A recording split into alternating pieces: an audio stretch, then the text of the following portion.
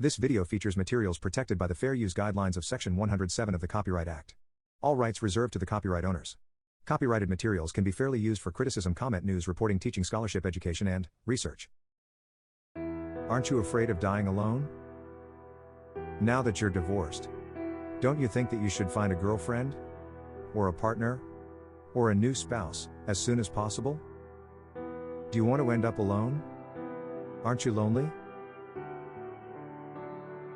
These are just a few common fear-based themes used to motivate people to enter a relationship, or stay in a toxic relationship, when taking a solo path might be the better option. Visual Capitalist published a very interesting article titled, "Who Americans Spend Their Time With?" by Avery Koop and Nick Routley. The link to the article can be found in the description box. The article's original data source was taken from a time use survey, and the results were collected by the United States Bureau of Labor Statistics. The chart provided in the article does a fantastic job illustrating who Americans spend their time with. The data explains how much time Americans choose to spend each day with each selected group as they age. The categories of time spent that were analyzed by the researchers were alone, partner, co-workers, children, family, and friends. The study did not seem to make a differentiation between which gender reported how time was spent, or if that data was available. The writers did not pull that information out of the survey results.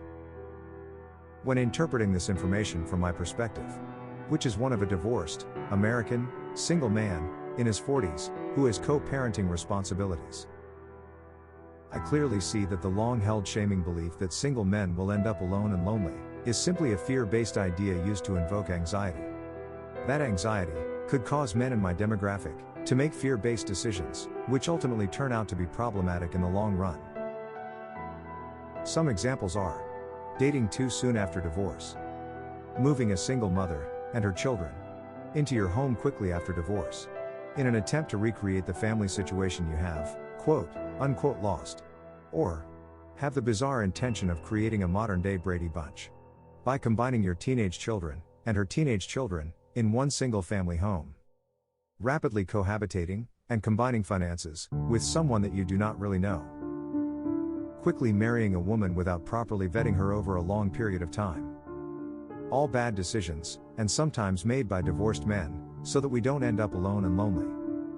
If you review the chart, the fact of the matter is, based on the data, Americans are more likely to end up spending most of our time alone, starting in our late 30s. On average, this trend continues for the rest of our lives.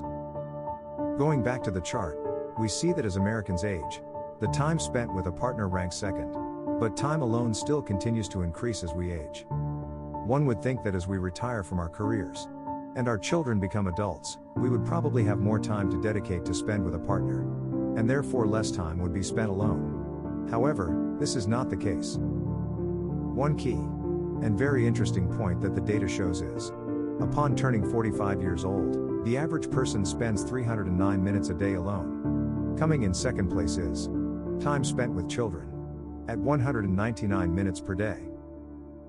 As Americans, we're constantly conditioned to think that we should always spend time in group settings or situations, no matter what. For example, I'm a sports fan and enjoy watching events on TV.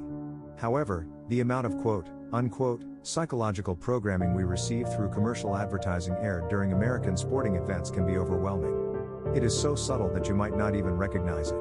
Until you do. The commercials constantly inundate us with messages that your life is somehow less than, or unfulfilled, if every free minute is not filled with group events, surrounded by the smiling faces of a half-dozen friends and your extended family, all while engaged in super fun activities.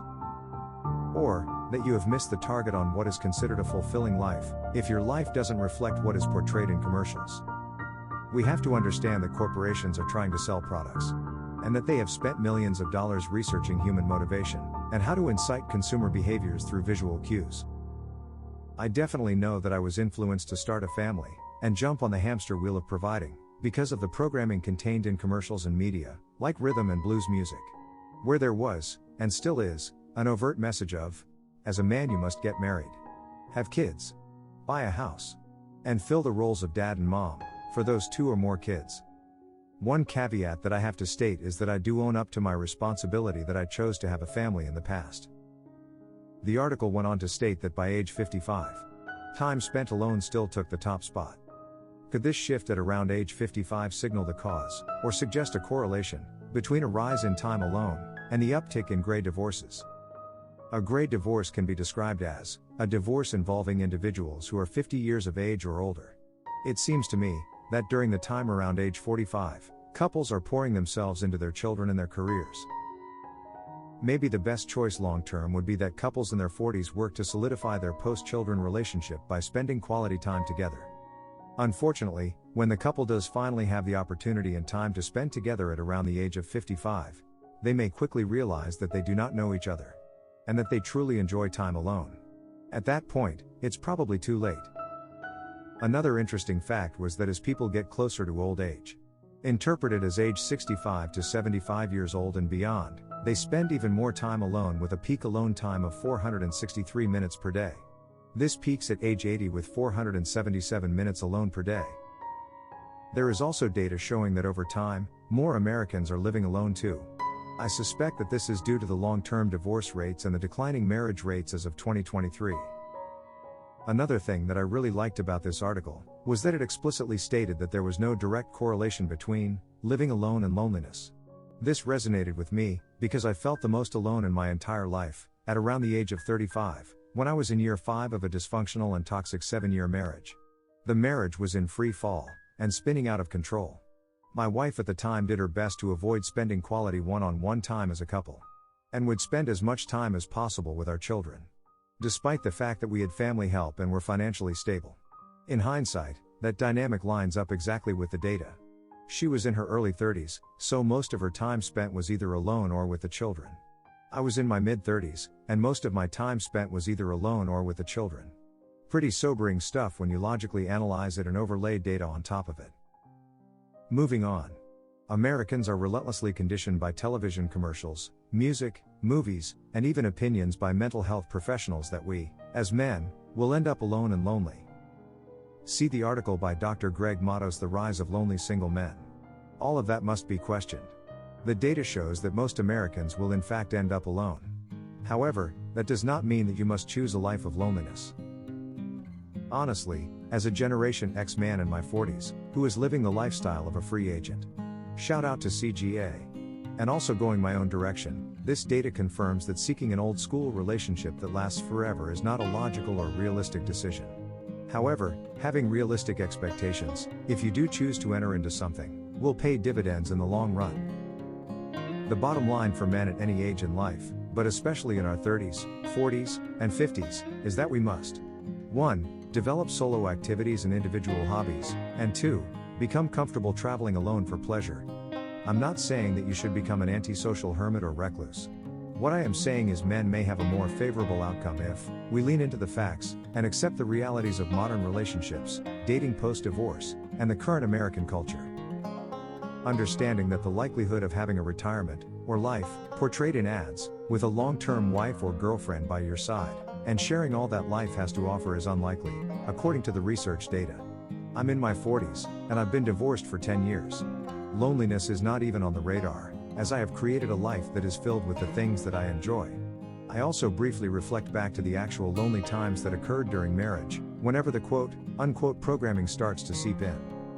This quickly eliminates the self-gaslighting.